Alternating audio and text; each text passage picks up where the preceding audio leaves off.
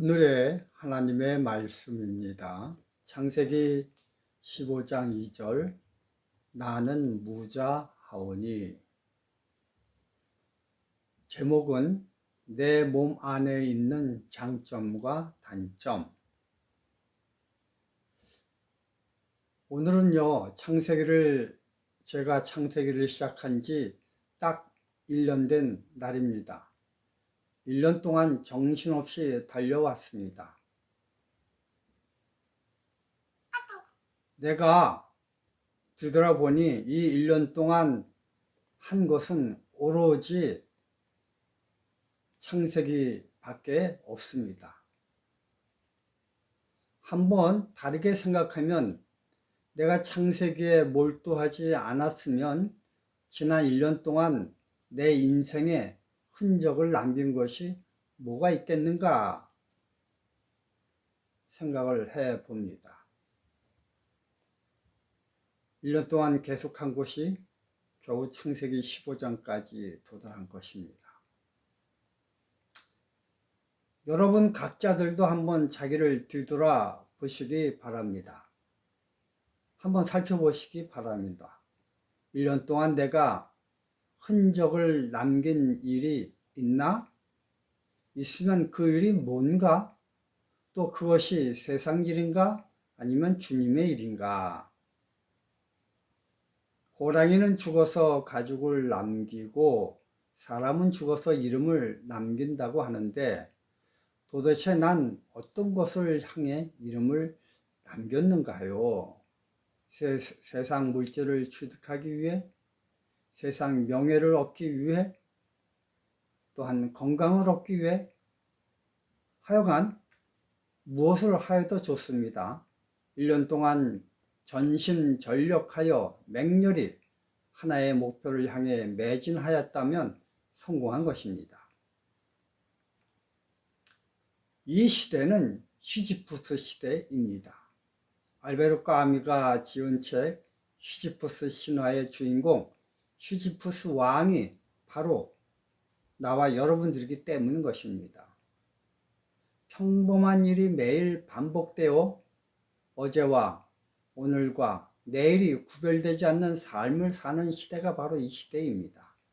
이렇게 되므로 이 시대를 적나라하게 나타내는 한 단어가 있는데, 성서적 단어가 있는데 그것은 뜨뜻미지근하다입니다.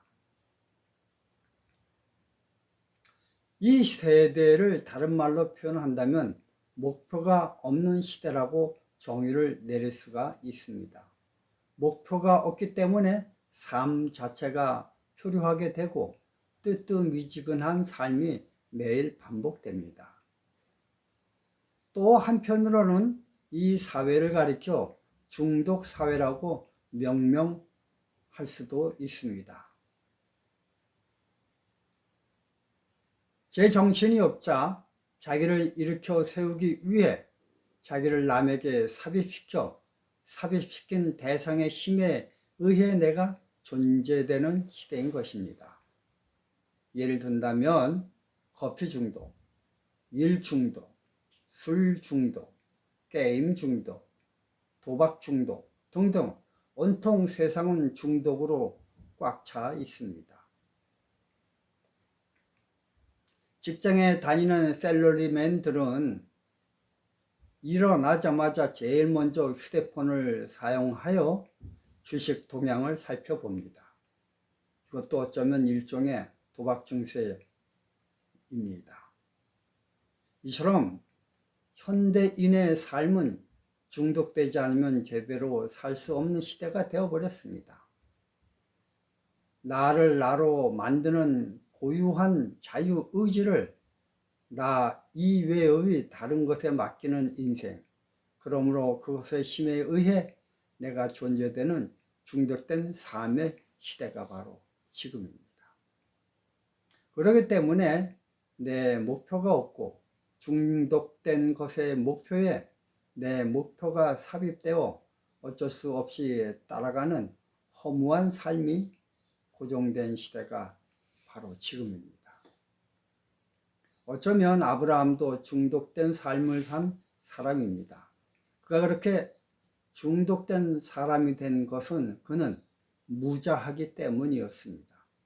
평생을 오직 하나 자식을 얻기 위해 그는 달리고 달렸습니다.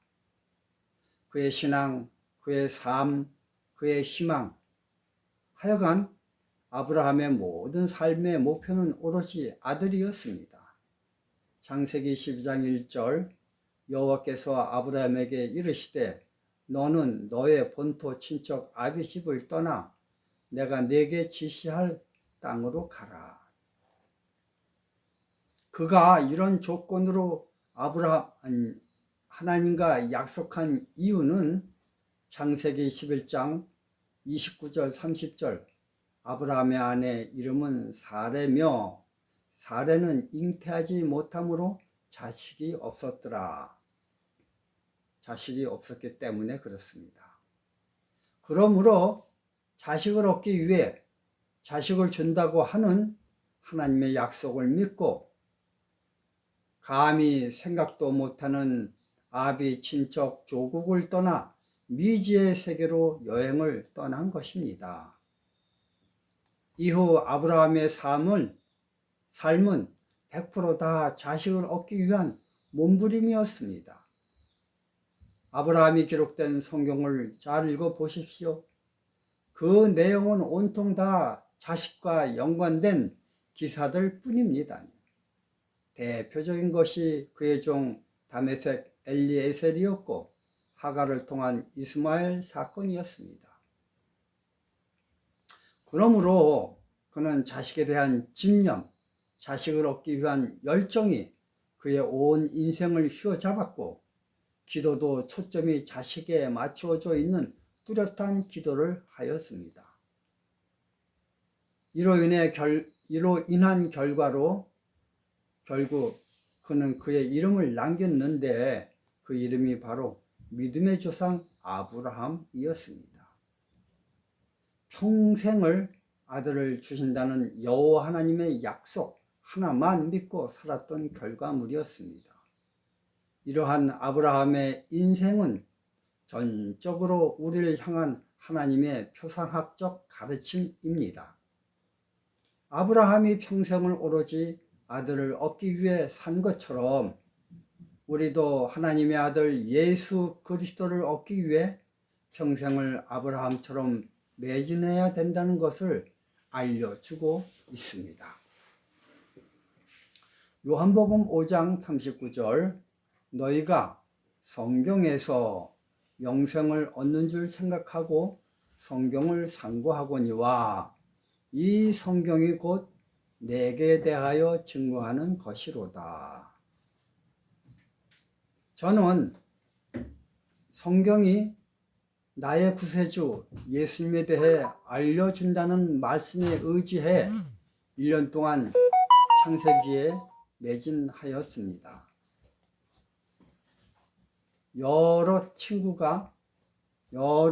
목사가 저에게 이렇게 말을 하곤 합니다. 아니 어떻게 목사님은 일주일에 한 편 하기도 힘든 설교를 매일 합니까? 목사님 고집도 여간 센 고집이 아닙니다. 옛날 제가 신학교 다닐 때 제 별명이 집광이었습니다. 고집 집자와 미칠 광자를 합친 것이죠. 그런데 이 세상에선 소통이 불통된 고집센 사람과 함께 한다는 것은 가장 큰 고역입니다. 그러므로 고집으로 뭉쳐진 집광은 저의 사회생활에 가장 큰 걸림돌이고 인생의 약점입니다. 허나 제 생각은 이렇습니다. 사람마다 단점이 있고 장점이 있습니다. 장점만 있는 사람이 있습니까? 그런데 장점은 이 세상 살아가는데 유익한 점이고 단점은 이 세상 살아가는데 불리한 점입니다. 그럼 왜 하나님은 모든 사람들에게 장점만 주지 않고 단점을 꼭 끼워서 주셨을까요? 그 이유는 단점은 하나님을 찾아가는데 지름길이기 때문인 것입니다. 반대로 장점은 이 세상 살아가는데 지름길입니다. 그러므로 사람마다 단점 때문에 고민하고 씨름을 합니다. 이것 때문에 좌절하고 낙담합니다. 그렇기 때문에 이 단점은 나로 하여금 하나님을 찾게 하고 하나님을 발견하게 합니다. 그래서 장점은 세상을 향하여 가는 문이고 단점은 하늘로 가는 문인 것입니다. 이처럼 내 단점인 집광은 저로 하여금 하루도 빠지지 않고 하나님을 찾는 데 활용된 것입니다. 비록 사회생활 하는 데는 엄청난 걸림돌인 이것이 하나님을 향해 나가는 데는 매우 유용한 무기가 되었던 것입니다. 아브라함에게 있어서 무자는 아들이 없는 것은 그의 삶 속에서 슬픔이었지만 그러나 그것 때문에 그는 아들을 얻기 위해 그의 온 삶을 하나님께 맡김의 삶으로 최종적으로 그의 별명이 믿음의 조상이 되었던 것입니다. 여러분들이 생각할 때 여러분들의 단점은 뭐고 장점은 무엇입니까? 단점이 많고 크므로 사회생활에 큰 어려움이 있겠지만 그것은 하나님이 당신을 하늘로 향하게 하기 위한 축복의 문임을 깨닫기 바랍니다. 세상에서의 위기는 하나님에게는 찬스입니다. 아브라함의 무자는 세상에서는 위기였지만 아브라함이 하늘 문을 여는 데는 찬스였습니다. 그래서 아브라함은 집광으로 오로지 아들을 얻기 위해 그의 평생 삶을 살았습니다. 그 결과 그의 삶은 후세대의 모든 사람의 신앙적 삶의 좌표가 되었던 것입니다. 그러므로 아브라함의 단점, 우리는 이것을 통해 오늘 배워야 될 기별이 있다고 생각을 합니다. 감사합니다.